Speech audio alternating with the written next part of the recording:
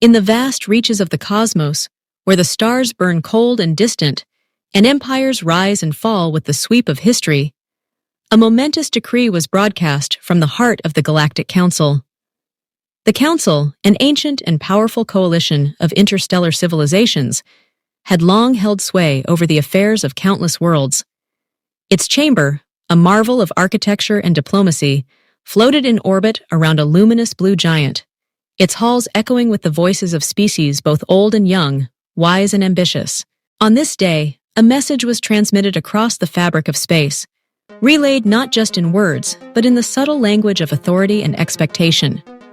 The Council demanded that the Earth Alliance, humanity's unified front in the stars, surrender all territories under its jurisdiction, including the cradle of humankind itself, Earth. The terms were indefinite, the justification couched in the rhetoric of peace and stability, but the implication was clear. The Council sought control, and it expected compliance. For the Earth Alliance, the request was nothing short of existential. Earth was not merely a planet. It was the symbol of all that humanity had achieved, endured, and dreamed. The colonies, stretching from the moons of Jupiter to the frozen wastes of Titan, were the fruits of centuries of exploration, cooperation, and sacrifice. Surrendering these territories would mean relinquishing the very soul of the species, admitting defeat in a contest not of arms but of will. The Alliance's response was swift and resolute.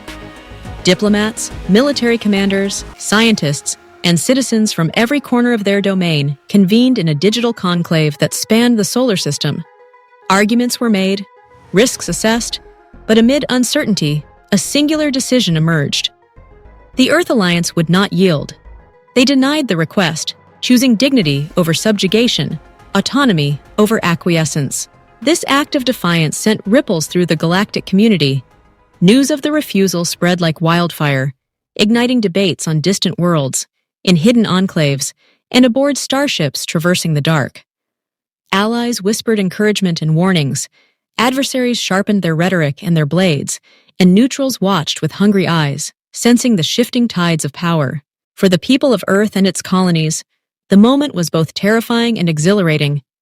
The threat was real. The Council could muster fleets, invoke sanctions, or unleash technologies that dwarfed the capabilities of any single species. Yet, the Alliance had its own strengths: ingenuity, adaptability, and unity forged from the crucible of past conflicts. In homes, classrooms, and command centers, humanity prepared for the uncertainty ahead. The Council, in its wisdom and arrogance, convened an emergency session. Delegates from the various member civilizations debated the appropriate response. Some advocated for immediate military intervention, others for economic pressure, while a few urged caution, wary of provoking a war that could destabilize the delicate balance of the galaxy. The session stretched for hours, then days, as the stakes became ever clearer. Earth was not just another world. It was a symbol, a spark that could ignite rebellion or renewal. Meanwhile, within the Earth Alliance, preparations intensified. Defense grids were reinforced, diplomatic channels were opened to sympathetic worlds, and scientists raced to develop new technologies that might tip the balance. Intelligence operatives gathered information on potential Council strategies, while diplomats worked to sway undecided members to their cause. The Alliance's leadership, aware of the dangers, sought to unify their people, invoking not just the threat, but the promise of freedom and self-determination. The first formal communication from the Council following the denial was measured but stern. It reiterated the demand, underscored the consequences, and offered a narrow window for reconsideration. The message was broadcast across the stars, its tone unmistakably final.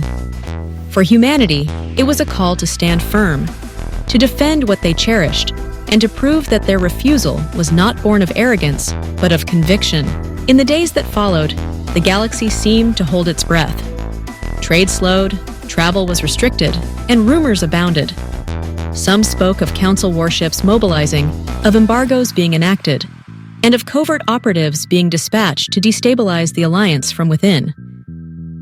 Others speculated that the council might fracture as dissenting members questioned the wisdom of forcing a proud and capable civilization into submission. Within the alliance, leaders addressed their people with clarity and resolve. They spoke of history, of humanity's struggles against oppression, of their victories and defeats, and of the lessons learned through hardship. They reminded their citizens that unity was strength and that every individual had a role to play in the defense of their world. Across cities and outposts, a spirit of determination took root as neighbors rallied, families prepared, and soldiers steeled themselves for what might come. The Council, seeing the alliance's resolve, escalated its tactics. It imposed trade restrictions, cutting off vital supplies of rare minerals and advanced components. It sought to isolate the alliance diplomatically, pressuring other civilizations to sever ties and cease collaboration. The economic impact was swift and painful. As factories slowed, research projects stalled, and markets faltered. Yet, adversity bred innovation. Human engineers devised alternatives, repurposed old technologies, and harnessed the creativity that had long been their hallmark. Amid the hardship, alliances began to shift. Some council member worlds, uncomfortable with the heavy-handed approach, quietly offered support, be it intelligence, resources, or sanctuary for refugees. Small coalitions formed, united not by ethnicity or origin, but by a shared belief in autonomy and the right of self-determination. The seeds of resistance were sown, and the Council found its authority challenged in ways it had not anticipated. As tensions mounted, skirmishes broke out along the borders of Alliance space. Council patrols intercepted supply convoys, and Earth Alliance ships engaged in defensive maneuvers. Each encounter was fraught with danger, as both sides sought to avoid open conflict while asserting their positions. The specter of war loomed, and every decision carried the weight of potential catastrophe. Back on Earth, life was transformed. Citizens adapted to shortages, rationing essential goods, and finding new ways to sustain their communities. The media played a crucial role, disseminating information, countering propaganda, and fostering dialogue. Artists, writers, and musicians captured the mood of the times, their work reflecting both fear and hope. Humanity, in all its diversity, was galvanized by the challenge. In the high councils of the Alliance, strategy evolved. Diplomats pursued every avenue, reaching out to neutral powers, appealing to shared values, and highlighting the dangers of unchecked council authority.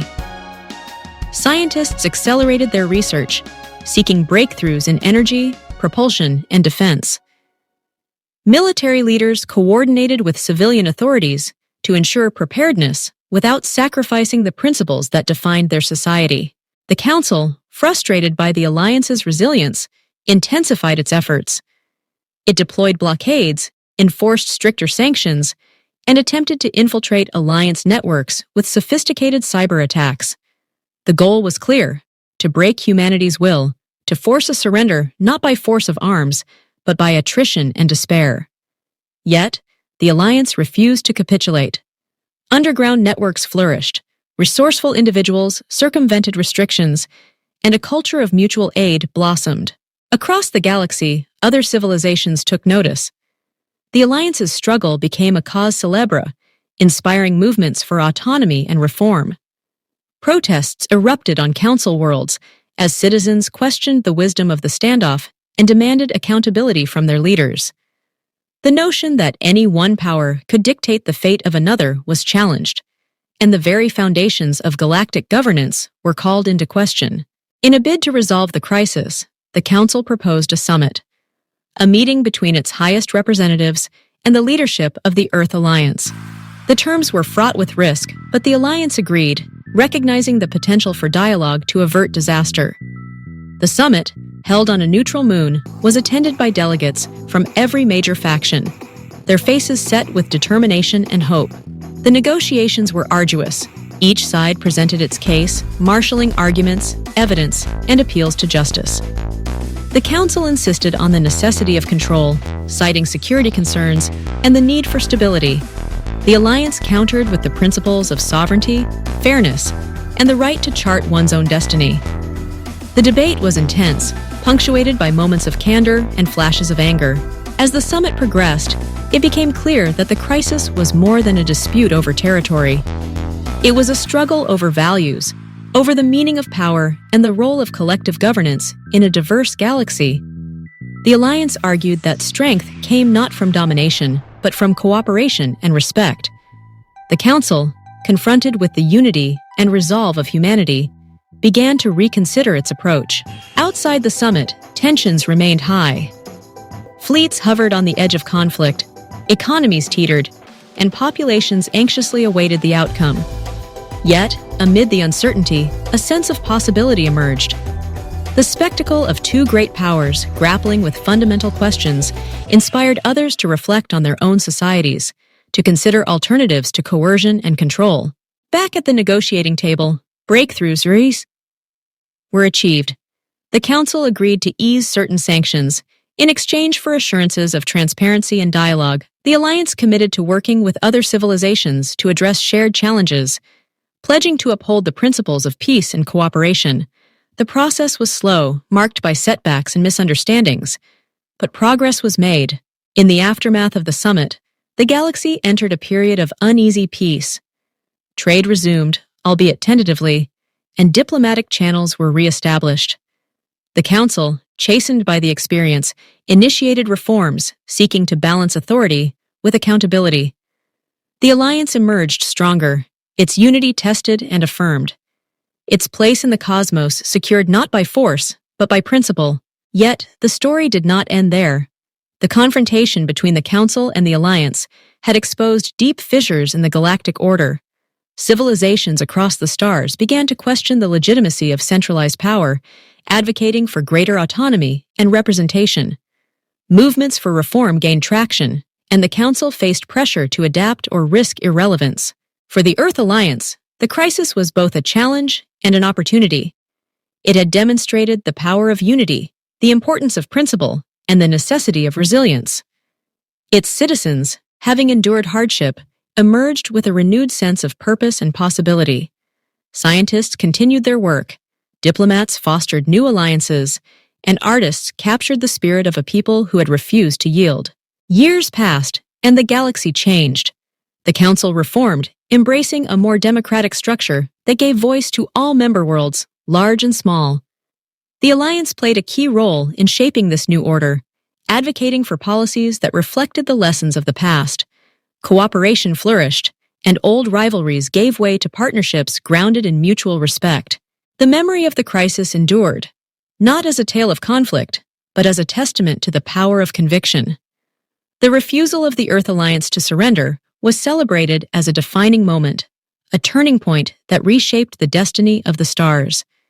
It reminded all who heard the story that the right to self-determination was worth defending, that unity could triumph over adversity, and that the future belonged to those who dared to dream. On Earth, life returned to normal, but the experience had left an indelible mark. Children learned of the crisis in their classrooms, studying the choices made and the principles upheld. Veterans recounted their stories, not of battle, but of perseverance and hope.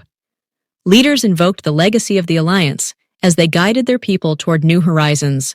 The colonies, once threatened by isolation and scarcity, flourished anew. Innovation accelerated as the lessons of hardship spurred creativity and collaboration. New technologies emerged, transforming transportation, communication, and energy. The bonds between worlds grew stronger, as shared experience fostered trust and understanding. Across the galaxy, the example of the Earth Alliance inspired others. Civilizations once fearful of asserting their independence found courage in the story, and movements for reform swept across planets and star systems. The Council, now reconstituted as a more inclusive body, championed the rights of all peoples, recognizing that stability could only be achieved through justice and equality. The legacy of the crisis endured, shaping the course of galactic history for generations to come. It reminded those who governed that power must be exercised with wisdom and restraint, and that the will of the people could not be denied. It taught that even in the face of overwhelming odds, unity and conviction could prevail. As the stars wheeled overhead, and the light of distant suns bathed the worlds of the Alliance and the Council alike, a new era dawned. It was an era of cooperation, of exploration, and of possibility. A time when the lessons of the past guided the aspirations of the future. The memory of the Earth Alliance's refusal, and the courage it embodied, served as a beacon for all who sought to chart their own destinies among the stars. In the quiet moments, as individuals gazed up at the night sky, they found inspiration in the story. It was a reminder that the universe was vast, that challenges would always arise, but that hope and determination could light the way forward. The tale of the Council's demand and the Alliance's response became more than history. It became legend, woven into the fabric of cultures across the galaxy. And so the story continued, its lessons echoing through time and space. It was a testament to the enduring spirit of humanity and to the capacity of all beings to rise above fear and oppression. In the end, it was not power that shaped the destiny of the stars, but the choices of those who dared to stand firm, to dream, and to believe in the possibility of a better tomorrow. As the centuries unfolded, the memory of the crisis faded into myth, but its impact remained. New generations of leaders looked to the example of the Earth Alliance, seeking guidance in moments of uncertainty. The principles of autonomy, cooperation, and justice became the foundation of galactic society, ensuring that the mistakes of the past would not be repeated. On Earth and across the worlds of the Alliance, the story was celebrated in festivals, commemorations, and art. It was retold in countless forms, each interpretation reflecting the values and dreams of those who shared it. The refusal to surrender was honored not as an act of defiance, but as a declaration of hope, a promise that the future would be shaped by the choices of the many, not the dictates of the few. In the end, the crisis between the Galactic Council and the Earth Alliance was more than a confrontation. It was a crucible, forging new paths and possibilities, reminding all who heard the tale that unity, conviction, and the courage to stand for what is right could change the course of history. The stars, once distant and indifferent, became witnesses to the triumph of the spirit, a spirit that endures, undiminished, across the endless expanse of the cosmos.